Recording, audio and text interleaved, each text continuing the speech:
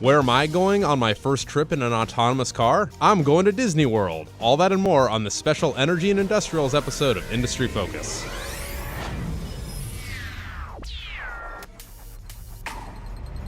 Greetings, fools. Sean O'Reilly here, joining you from Fool headquarters in Alexandria, Virginia. It is Thursday, February 11th, 2016, and joining me to talk about big things going on in the industrial sector is Vincent Shen. What are you doing here? How are you, Sean? Get out of here. You're not supposed to be here. I'm invading your other show. You are. Yes, no, thanks for being here. Continuing the, shake up? The remix week, whatever we've been referring to it as, yes. So I guess this is going to be a merging of the Energy Industrials episode and Consumer Goods because all the products we're going to be talking about are particularly consumer facing. Yes, exactly. So I've actually been really excited to talk about this for a while now because we don't get to do it enough, especially on the energy show.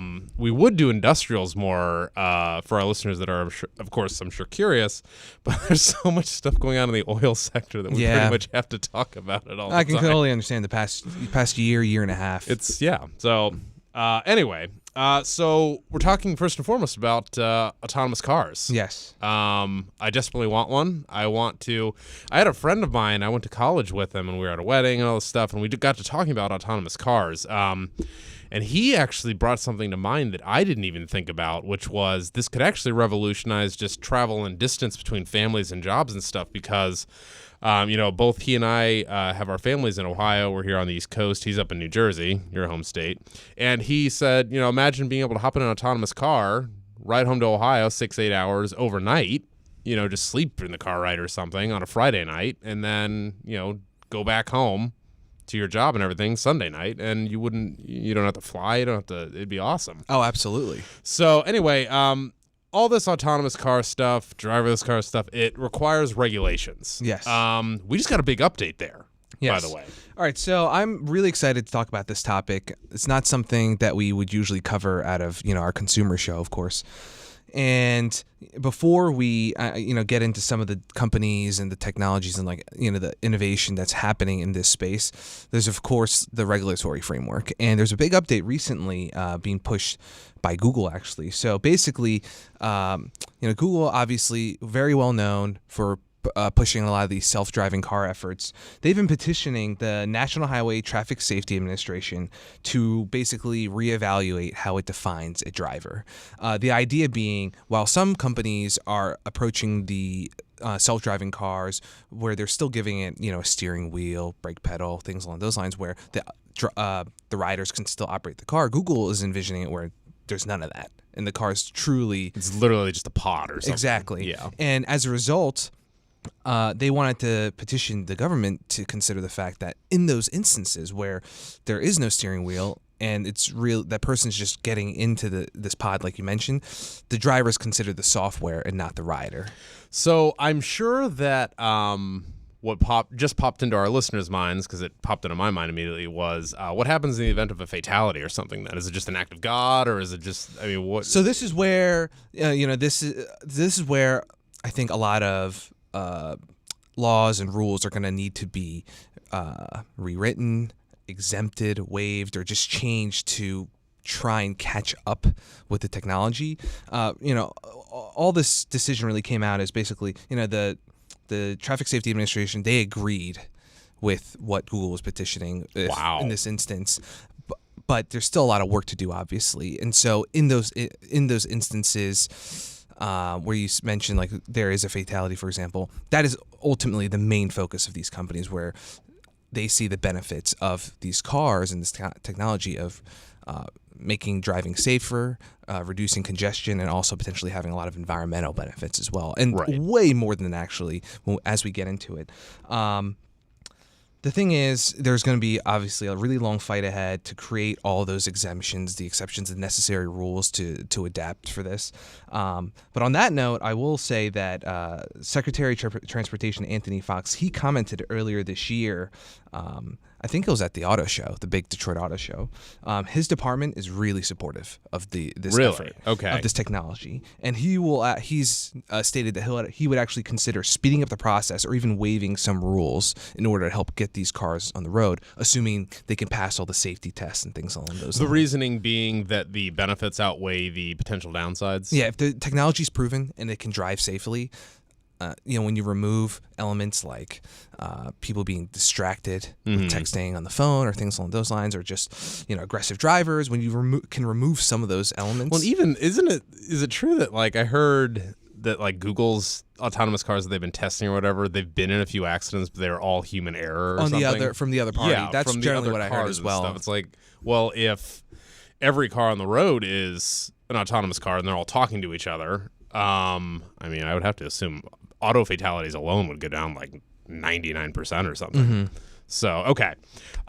So obviously, in answer to my question earlier, it sounds like they don't have the actual rules written for when a fatality happens. No, of course not. So this is just kind of moving in that direction where you can see that they are making some progress, and it seems like, in terms of the institutional, like the government, they are supportive of these efforts, and they are generally trying to work with automakers, technology companies, and kind of building out this technology together. So the conversation has begun. Wait and see, but if the government's on board, that's obviously bullish.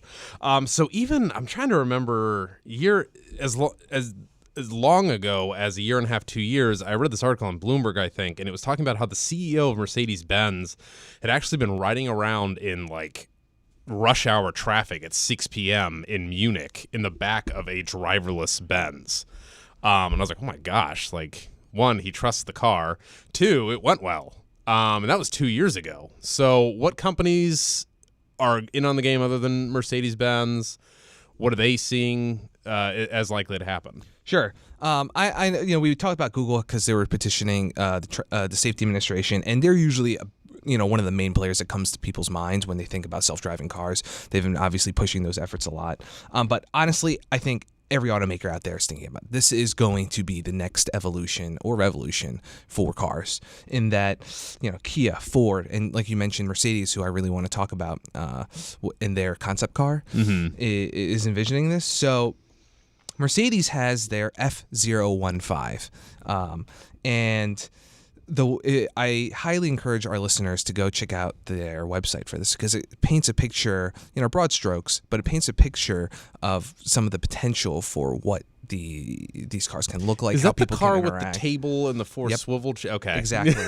And so, but beyond like some of those gains or the benefits that we get from this autonomous car technology, like you're avoiding things like DUIs, you're avoiding things like being distracted on the road or people who are distracted on the road, or aggressive drivers, but you might ease congestion as well. But the thing is, like, it's just really interesting how these cars can really just change how we view even our daily commute. The idea being, so infotainment systems of today would already be considered pretty futuristic and high-tech to drivers 20 or 30 years ago. Right. We have access to things like GPS, Bluetooth calls, Spotify, Pandora. It's all there. Some cars even have a full iPad like built into the console. Right. You take that to the next step, and if you're in the car before, driving monopolized your attention, right? Hopefully you're focused on the road, operating the car safely. If you don't have to do that anymore, now you are basically traveling in a giant mobile device.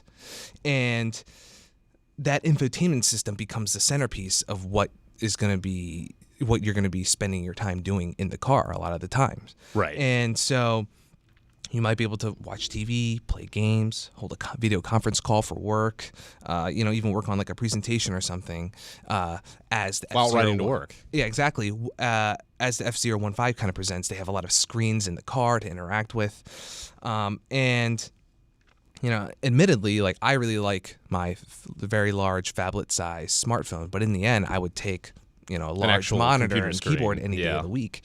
So, that's some of the potential that, the F015 you can see inside. You mentioned the front seats, they swivel around, so you can basically have four people sitting in a circle facing each other. It's really just a really cool concept. And otherwise, bringing this into the, I guess, more consumer-facing side. So, of all these people who are saving time, like my brother, for example, he commutes an hour a day. So 10 hours a week, that's time spent on the road. Now, multiply that times a lifetime, and you got even 80, 90 years on this earth at best. Exactly. And so you take that and you expand it to the idea that, okay, so that time the commute can now be spent, with retailers, browsing stores, shopping online. You can think about a company like Netflix consuming content from a lot of entertainment companies and content providers. And just really it shifts something that happens every day, like your commute, from often a source of frustration, as a lot of people in the DC area will know. Why do you think I moved to Alexandria? Into a source of, of relaxation or however you want to spend that time. It's pretty incredible. And you mentioned like overnight trips to visit family or for work or something. Yeah, can you imagine such a thing? Exactly. You could, we have a great flexible work policy where you can telecommute a lot of times, and you'll sometimes duck out a little early on a Friday to go home to New Jersey or whatever. Imagine leaving at noon, or not even coming in on a Friday, and just getting in a driverless car and popping up to see mom and get your laundry done or whatever. And bringing this down for the average person too, I found that the average commute time in the U.S. is about 25.4 minutes. So call it about an Double hour that a day. for DC. An hour a day you're spending on the road, unless if you're in a major metropolitan area, probably even worse than that, going into the cities. So I think most people would say, yes, I would absolutely like to have another hour to my day to do whatever, in the car. Absolutely. So how far along is this technology? Is this going to... You kind of know what I'm getting at, because like in the 1970s, we were told we'd have moon colonies by now. You know what I mean? Yeah, of course, I understand. In terms of rubber meeting the road, right now, one company that I feel is pushing the limits in terms of what is possible with autonomous vehicles and kind of pushing the boundaries in terms of actually releasing these features and allowing owners of their cars to use them is Tesla Motors. Tesla, through I think it's their Model S and their X, they have their autopilot, which has some really incredible features. Now that just works on the freeway right now. Yeah. So just to give you an idea, we have these a lot of cars now already released these days where you have sensors that might warn you that there's something in your blind spot, or they might have like adaptive headlights. So as you turn, the headlights will adjust to better illuminate your path. So I feel like the autopilot program takes that to the next level. So you have automatic steering. So as you mentioned, on the highway, for example, you can take your hands off the wheel and it'll control it. It has this smart cruise control that basically uses the sensors to detect other cars and maintains its speed according to the traffic flow around you. And then it also has automatic lane changes. So if you're in that autopilot mode, you can just hit your blinker, and then once it's safe, it'll automatically change to the next lane for you. It'll warn you if your car is drifting into another lane, for example. So those are some of the features that we're seeing right now. And with the release of an update that Tesla pushed out last month, actually, it takes it to the next level. A lot of that already sounds amazing, but now they have this is just a software update that got... Exactly. Wow. So of course you have to have the hardware that can, basically run this autopilot. But the sensors, features. from what you're telling me, are already in the car. For certain models, yes. Yeah. And if you're opted for that package. But, this update that was released last month it has this really cool summon feature. So now we're getting into like parking. And is this like the Batmobile in 1989's Tim Burton Batman? Okay, yes, close. Right. I'm glad you just reminded me of that. It's in a sense, the summon feature basically it'll park your car for you, parallel parking, or in like a perpendicular spot in a bigger parking lot. And it will, there's some limitations. You're only supposed to use it like on private property, and you can only use I think within or to protect Gotham City. Exactly, or within about 30 feet from the car. But ultimately, in tight spaces, you can get out of the car. For example, you get into a really tight garage and you can't open the door to get out. You can get out of the car, line it up, hit a key fob or a smartphone app on your phone, and it will pull the car in. And then at the same time, you can summon it so that you can be inside your house, getting ready, in the kitchen, having your coffee, hit a button, it'll open your garage door, start your car, back the car out, close your garage door, and be ready for you to go with the engine running the moment you walk out your door. Wow. So, which is handy in a blizzard. exactly. And like I said, there's some limitations right now just around the laws about where you can use these. So again, it's private property. But the CEO, Elon Musk, he has very confidently stated that. Did this happen just yesterday on the conference call, or when actually, did he say it this? may have been, but Okay, yeah, but he sorry. stated that eventually he's hoping Summon could work on a coast-to-coast basis, even where you could summon your car in New York from Los Angeles, and it'll make it stop it. across the country. Not only that, it'll know when to charge on the way, and it'll even sync up potentially with your calendar and arrive right when you need it. Wow. So, and he's saying that's within 2 years. A lot of other manufacturers, automakers, have put a timeline of around 2020 of when they really start seeing these cars hitting the road in smaller numbers. Google's even more bullish than that. But again, it's just some of these incredible features just gives you an idea of what's on the horizon. It definitely seems, before we move on real quick, that the safety and the benefits really become prevalent when there's mass adoption. Mm-hmm. That seems to be the key. Yeah, of course. And you mentioned with some of these prototypes, I know it's a much smaller sample, but the accidents that there have been, from what I recall, were often human error, Right. either by the I mean, they operator went in like 2 some million way or somebody else. miles before it happened, and then it was human error. So it's Exactly. like, how long can you drive without an accident? 2 million miles, yeah, that's a very impressive result, and I don't think these companies would be pursuing it if they didn't see how Right. well this technology is coming along. Cool. Okay. Well, before we move on to chatting about the current state of the 3D printing industry, I wanted to point our listeners to the newly redesigned focus.fool.com. There you can take advantage of a discount on Motley Fool's Stock Advisor newsletter that works out to $129 for a full 2-year subscription. Once again, that is focus.fool.com.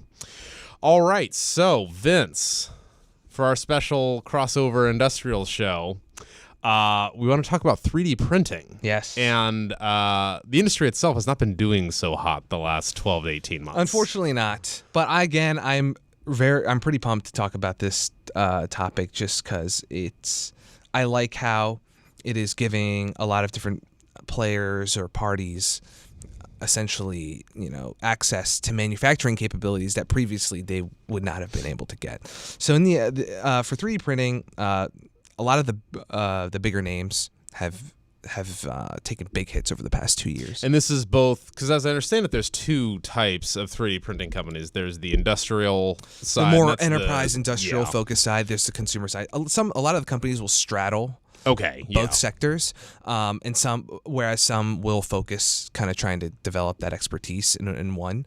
But some of the bigger companies like Stratasys, it's down 90%. The stock's down about 90% over the past 2 years. And they're more of an industrial player, as I understand it. Yeah, I believe they had some crossover, but it's either Stratasys or 3D Systems has. I think it's actually 3D Systems that has generally moved away from the consumer market. Got it. But Stratasys, they posted incredible double and triple digit quarterly revenue growth for years. And then progress of the company stall. The most recent third quarter report had revenue falling 18% year over year for the first time in like many quarters.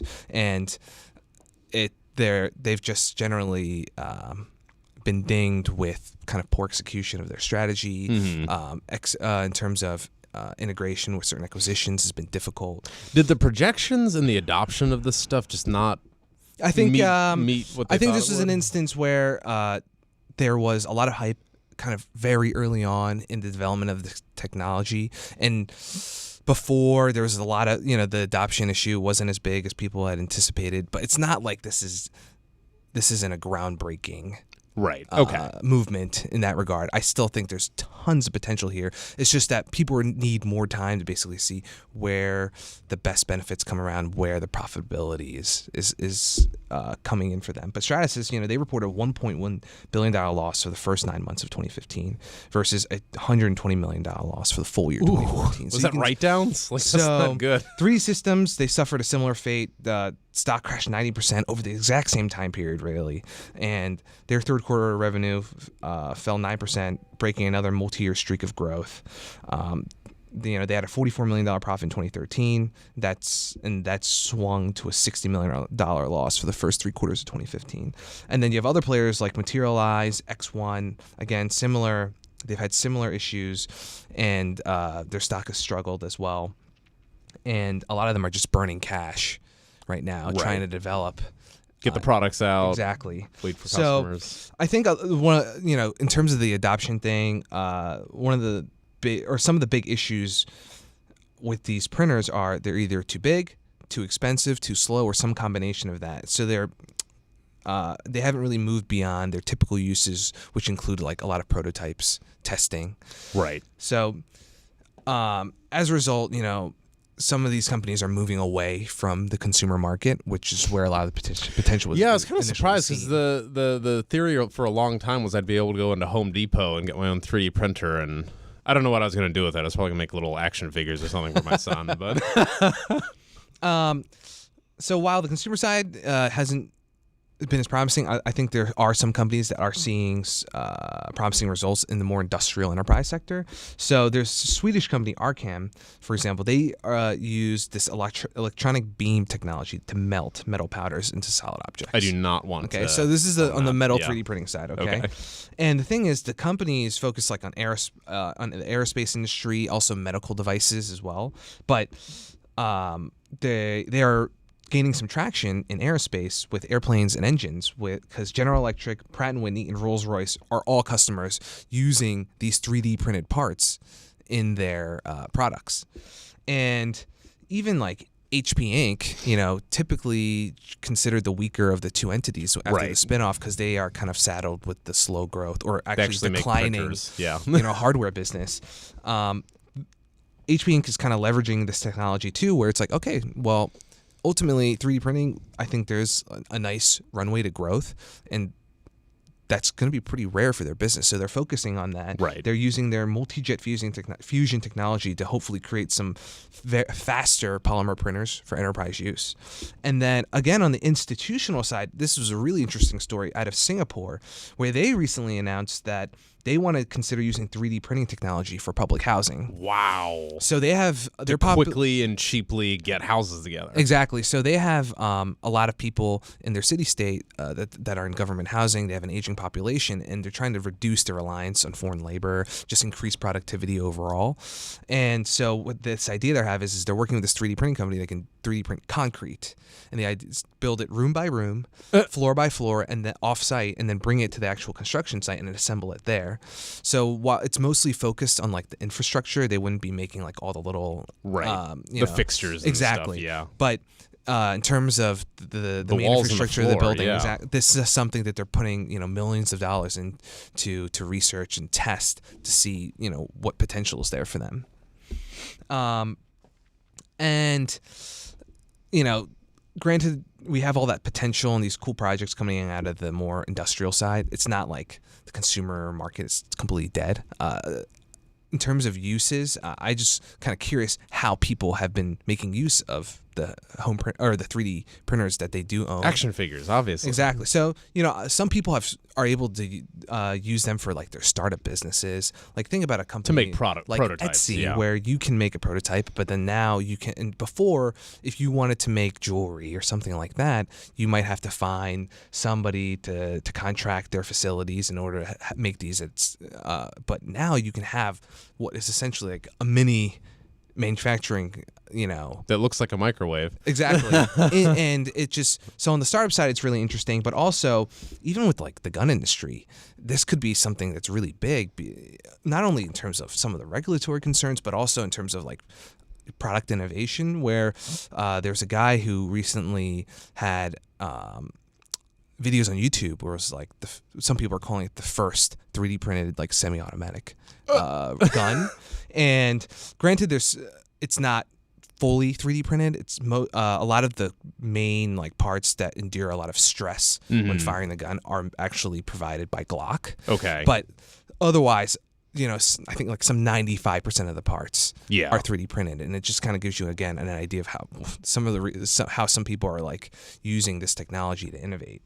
And then even in another way I was just thinking about is just parts for common household items, so that if you have like a desk and some part breaks off of it, you can go to the company site that made it. Download the software. the essentially the electronic blueprints for that part, put it into your printer and then replace it without having to wait in the mail, and so again, just really, I think there's going to be a lot more uses to come out as adoption increases, as different parties like use it and they realize, oh wow, this could really work in this way.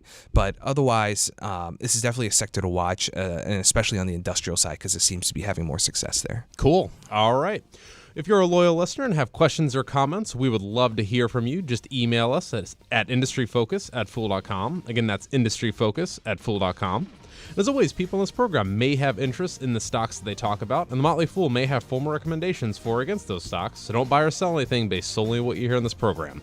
Vince, thanks again for your time. Thanks, Sean. We'll catch you later. And that is it for us, folks. Have a great day and Fool on.